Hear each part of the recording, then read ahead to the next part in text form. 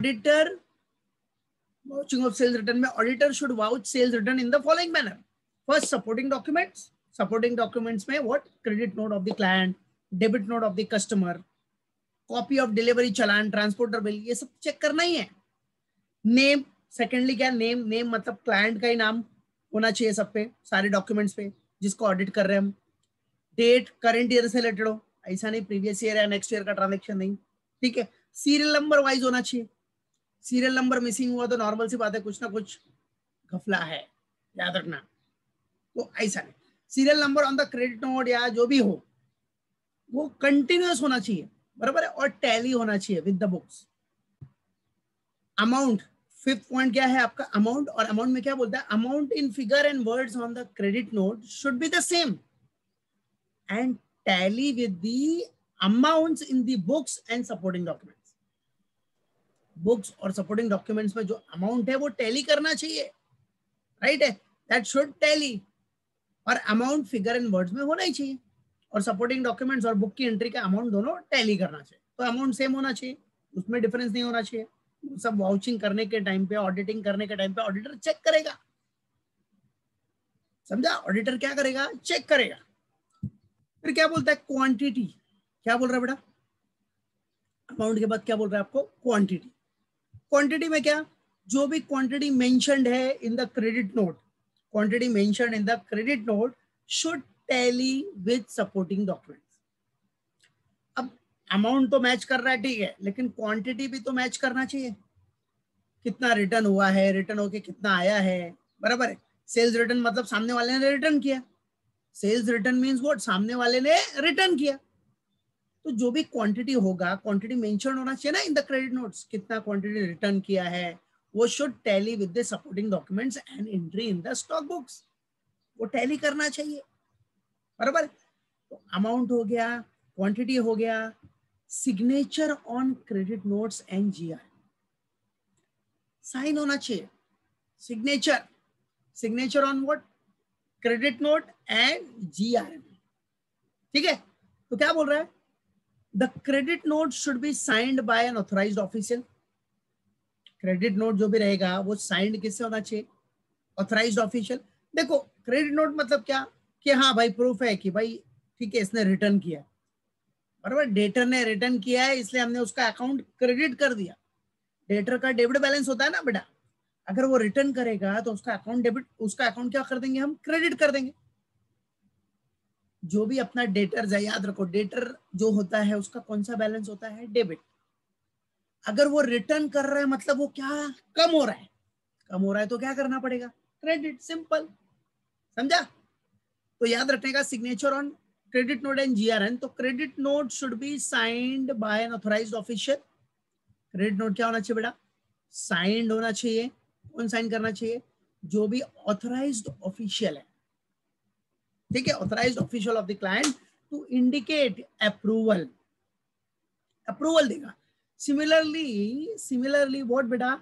जो जीआरएन है, goods received note, should be signed by the store keeper. ठीक है. जो अभी नॉर्मल से बात है, सेल्स हुआ था तो गुड्स गया था, रिटर्न हुआ तो गुड्स आया रहेगा. तो आया रहेगा तो गुड्स रिसीव नोट तो बना रहेगा ना कि भाई मेरे पास गुड्स आया है इतना, रिटर्न होके आया है. तो जो भी गुड्स रिसीव नोट है, बराबर है, गुड्स आया, आपके पास आ रहा है ना, माल आ रहा है ना, क्वांटिटी आ रही है ना, तो जो भी जीआरएन है वो should be signed bye store keeper कि भाई हाँ हम हमारे पास गुड्स का रिसिप्ट हुआ है. To indicate what? Receipt of goods, कि आया है इतना गुड्स, बराबर है. अब गुड्स या तो गुड्स नॉर्मली परचेज करोगे तो आता है, या फिर सेल्स रिटर्न होगा तो उसमें आपका रिटर्न आएगा जो बेचा है, दैट्स इट. तो उस पे ऑथराइज्ड ऑफिशियल का साइन होना चाहिए, ऑथराइज्ड ऑफिशियल का सिग्नेचर होना चाहिए. सो याद रखने का, जब क्रेडिट नोट, जो क्रेडिट नोट है, credit note should be signed what? Credit note should be signed by an authorised official of the client to indicate approval. क्या इंडिकेट करना चाहिए? बराबर कि हाँ ये परफेक्ट है, ये हुआ है, अप्रूव्ड हुआ है कि हाँ ठीक है चलो इतना गुड्स आया है हमारे पास, ठीक है, इतना गुड्स सेल्स रिटर्न होके आया है. तो सिमिलरली द जीआरएन, तो जीआरएन होगा वो भी साइंड होना चाहिए by the store keeper. GRN should be signed by the store keeper to indicate, वो इंडिकेट क्या करेगा, रिसिप्ट ऑफ गुड्स, याद रखना। फिर क्या बोल रहा है, signature and stamp of party, signature and stamp of party, signature और स्टैंप भी होना चाहिए पार्टी का, बराबर। तो the customer should have signed on a copy of the credit note as a proof that credit note was actually receive, कि भाई credit not actually received हुआ है, राइट। तो signature and stamp of party भी तो जरूरी है।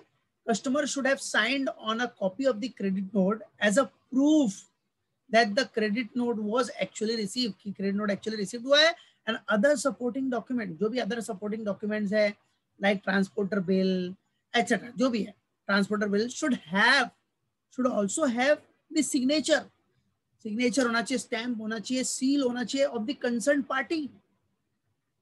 क्यों? to prove that they are genuine। तो signature and stamp of the party भी तो होना चाहिए ना यार, है कि नहीं। तो कभी भी याद रखो, कोई भी चीज रहे उसमें ये कॉमन पॉइंट मिलना ही आपको, right. Signature and stamp of party is very essential, very important. The customer should have signed on a copy of a credit note, return उसने किया ना, उसका साइन तो चाहिए एज अ प्रूफ, बराबर है, कि हाँ सच में रिटर्न हुआ है, रिटर्न किया इसलिए हमने उसका अकाउंट क्रेडिट किया है, बराबर है कि नहीं। और अदर जो भी सपोर्टिंग डॉक्यूमेंट्स होगा लाइक ट्रांसपोर्टर बिल, अब रिटर्न हुआ होगा तो नॉर्मल सी बात है, ट्रांसपोर्ट से ही आया रहेगा ना, हाथ में तो उठा के आएगा नहीं, राइट। तो transporter bill etcetera should have क्या, should also have the signature, उस पे भी सिग्नेचर, स्टैम्प, सील, ये सब होना चाहिए, ताकि वो आपका जेन्युइन है क्या, सबसे मेन चीज वही है, जेन्युइननेस, बराबर है। तो याद रखना इधर क्या हो गया, अमाउंट, क्वांटिटी, सिग्नेचर, बराबर है क्या बेटा, amount, quantity, signature, signature on what, signature on, yes, signature on credit notes means amount, quantity, signature on credit notes, बराबर मालूम पड़ा, signature and stamp of party, got it। तो ये पॉइंट मेन आपको याद रखना है बेटा, वेरी इंपॉर्टेंट पॉइंट, समझा, मालूम पड़ा। हाँ, फिर देखो अब इसमें अमाउंट कॉमन हो गया, क्वांटिटी हो गई, सिग्नेचर एंड सिग्नेचर ऑन जो भी है डॉक्यूमेंट्स होगा उस पर सिग्नेचर तो चाहिए ना बेटा, सिग्नेचर नहीं रहेगा तो मतलब नहीं, ठीक है। सिग्नेचर हो गया, और signature on credit note and GRN, और signature and stamp of party का भी सिग्नेचर एंड स्टैंप होना चाहिए, दैट इज एसेंशियल, राइट, बराबर। फिर उसके बाद क्या बोल रहा है अपने को, देखो now after that, now what is given next, errors and frauds, क्या बोल रहा है, एरर्स एंड फ्रॉड्स, ठीक है।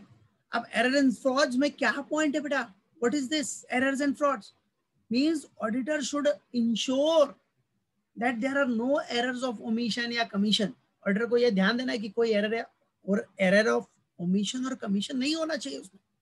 If the amount of sales return is heavy, मतलब बड़ा अमाउंट है in the beginning of the year, it may indicate that fictitious sales were booked last year.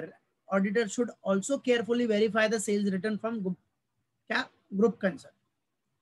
तो ऑडिटर को देखना है कोई ट्रांजैक्शन मिस तो नहीं हुआ है, कोई एरर ऑफ ओमिशन या कमीशन नहीं होना चाहिए उसमें, error of omission, error of commission ये सब नहीं होना चाहिए। एरर ऑफ ओमिशन और कमीशन हम लोग पढ़ चुके लास्ट सेमेस्टर में पूरा डिटेल में। अगर if the amount of sales return is heavy या large in the beginning of the year, देखो अगर अमाउंट ऑफ सेल्स रिटर्न बड़ा है स्टार्टिंग ऑफ द ईयर, मतलब बिगिनिंग ऑफ द ईयर में ही सेल्स रिटर्न का अमाउंट बड़ा है, मतलब दिमाग लगाएगा ऑडिटर, क्या दिमाग लगाएगा कि कहीं ऐसा तो नहीं कि लास्ट ईयर में इन्होंने फिक्टिशियस सेल्स बुक किया होगा और उसको रिटर्न दिखा दिया, नेक्स्ट ईयर के बिगिनिंग में, मतलब इस ईयर के बिगिनिंग में वो रिटर्न दिखा दिया। तो ये सब चीज पे ज्यादा उसको फोकस करना है कि कहीं एरर्स और फ्रॉड्स तो नहीं हो रहे, उसको केयरफुली चेक करना है, केयरफुली वेरीफाई करना है कि sales return from group concern है क्या। Auditor should also carefully verify the sales return from group concern, group concern से क्या सेल्स रिटर्न हुआ है वो भी देखना है उसको। Auditor should also carefully verify क्या, सेल्स रिटर्न जो ग्रुप कंसर्न है उनके, उनसे क्या सेल्स रिटर्न हुआ ये सब देखना है बेटा। सो एरर्स एंड फ्रॉड्स, और फिर प्रॉपर अकाउंटिंग होना जरूरी है।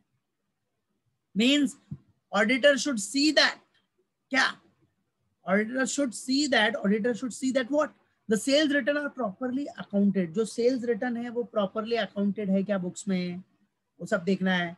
The value and quantities of items return should be deducted. जो भी वैल्यूज है या क्वांटिटीज है of items returned should be deducted from the values and quantities of gross sales. अब gross sales में से जो रिटर्न हो गया उसमें से अमाउंट में से भी डिडक्ट होना चाहिए, क्वांटिटी भी कम होनी चाहिए, नॉर्मल सी बात है। ये सब देखना है ना कि प्रॉपर अकाउंटिंग है कि नहीं, बराबर मालूम पड़ा कि नहीं। तो प्रॉपर अकाउंटिंग भी वो चेक करेगा आपकी प्रॉपर अकाउंटिंग हुआ है कि नहीं। तो ये सब वाउचिंग ही है ना बेटा, ये सब चेकिंग है, ऑडिटिंग है, ये सब स्टेप फॉलो करना है। किसको फॉलो करना है, ऑडिटर को, right. So errors and frauds और प्रॉपर अकाउंटिंग ये हुआ है कि नहीं सब चेक करेगा। सेल्स रिटर्न अगर कुछ भी है तो माइनस हुआ है कि नहीं प्रॉपरली, वो सब पूरा ध्यान देगा कौन, ऑडिटर चेक करेगा ऑडिट करते टाइम पे। ऑडिट आपका बैड डेट्स रिटर्न ऑफ, क्या बेटा बैड डेट्स रिटर्न ऑफ मतलब क्या, कि आपको समझो लास्ट ईयर में या प्रीवियस ईयर में जो भी है वो सामने वाले डेटर ने पैसा नहीं दिया, आपने एज्यूम कर लिया था कि बैड डेट्स हो गया मेरा, मान लिया, फिर वो नहीं दिया तो खत्म ना, बैड डेट्स हो गया, हो गया। कोई provision, provision for doubtful debts अलग चीज है, उसमें प्रोवाइड करते हो आप, रिजर्व क्रिएट करते हो। इधर क्या हो गया, उसने दिया ही नहीं, खत्म, बैड डेट्स हो गया अपना, बैड डेट्स रिटर्न ऑफ कर दिया। लेकिन क्या हुआ बेटा इस साल है ना, इन करंट ईयर, समझो करंट ईयर में उसने पैसा दे दिया हमको, करंट ईयर में उसने अपने को पैसा दे दिया, मतलब रिकवरी हो गई। सोचो जो पैसा हम भूल चुके थे कि नहीं मिलेगा, वो पैसा अपने को मिल गया, तो एक तरह से बेनिफिट ही है ना, कि क्योंकि उसको बुक में से तो हटा, उसको तो बुक में से आपने हटा दिया था कि वो बैड डेट्स है, वो नहीं मिलने वाला है, बट आपको मिल गया ना, तो that is what recovery, recovery. तो recovery of bad debts written off बोलते हैं उसको, क्या बोलते हैं, recovery of bad debts written off. तो वही अपने को देखना है, vouching of recovery of bad debts written off. तो स्टेप बाय स्टेप सबसे पहला पॉइंट क्या है, पहला वही सपोर्टिंग डॉक्यूमेंट, क्या बेटा supporting document means the bad debts recovered should be supported by what, जो भी बैड डेट्स रिकवरी हुई है वो सपोर्टेड बाय क्या, paying slip for depositing bank, अगर वो पैसा डिपॉजिट किया बैंक में तो पेइंग स्लिप होगा, वो एक डॉक्यूमेंट्स होना चाहिए आपके पास। Now the debt might have been written off because of the, या because the debtor had become what insolvent. देखो आपने या तो ये बैड डेट्स जो भी है लास्ट ईयर में क्यों रिटर्न ऑफ किया रहेगा, क्योंकि वो इंसॉल्वेंट हो गया था ना डेटर, डेटर इंसॉल्वेंट तो आपको तो सवाल ही नहीं उठता पैसा मिलने का। सो इन सच केस, ऐसे केस में डिविडेंड वारंट, क्या बेटा इन सच केस डिविडेंड वारंट, जो डिविडेंड वारंट है from the official receiver will be the supporting document. ठीक है, वो बैंकरप्ट हो गया, आपने केस फाइल किया था, तो उसकी जो प्रॉपर्टी में से कुछ रिसीव्ड हो गया आपको, अगर उसकी प्रॉपर्टी में से कुछ रिसीव्ड हो गया, बराबर है, तो that is what in such case जो डिविडेंड वारंट है, जो डिविडेंड वारंट है from the official receiver, dividend warrant from the official receiver will be the what supporting document. तो डिविडेंड वारंट मींस क्या हो गया कि amount recovered from the state of bankrupt person which is called dividend. इधर dividend मतलब क्या हो गया, जो अमाउंट रिकवर्ड हुआ है from the state of bankrupt person. भाई अब वो बैंकरप्ट हो गया तो उसके जो भी प्राइवेट स्टेट है जो उसका है, उसमें से जो भी हमको मिल जाए वही अपने लिए अच्छा ऑप्शन है ना, जो भी मिल जाए वही अपने लिए एक तरह से, भाई चलो इतना तो मिला, कम से कम रिकवरी हुई, ठीक है। सो इन सच केस अगर कुछ भी डिविडेंड वारंट है फ्रॉम द ऑफिशियल रिसीवर, तो वो उसका सपोर्टिंग डॉक्यूमेंट्स क्या है, उसका क्या प्रूफ है, वो सब भी रहना चाहिए, डिविडेंड वारंट। और debt might be recovered in some cases by obtaining an order from the court।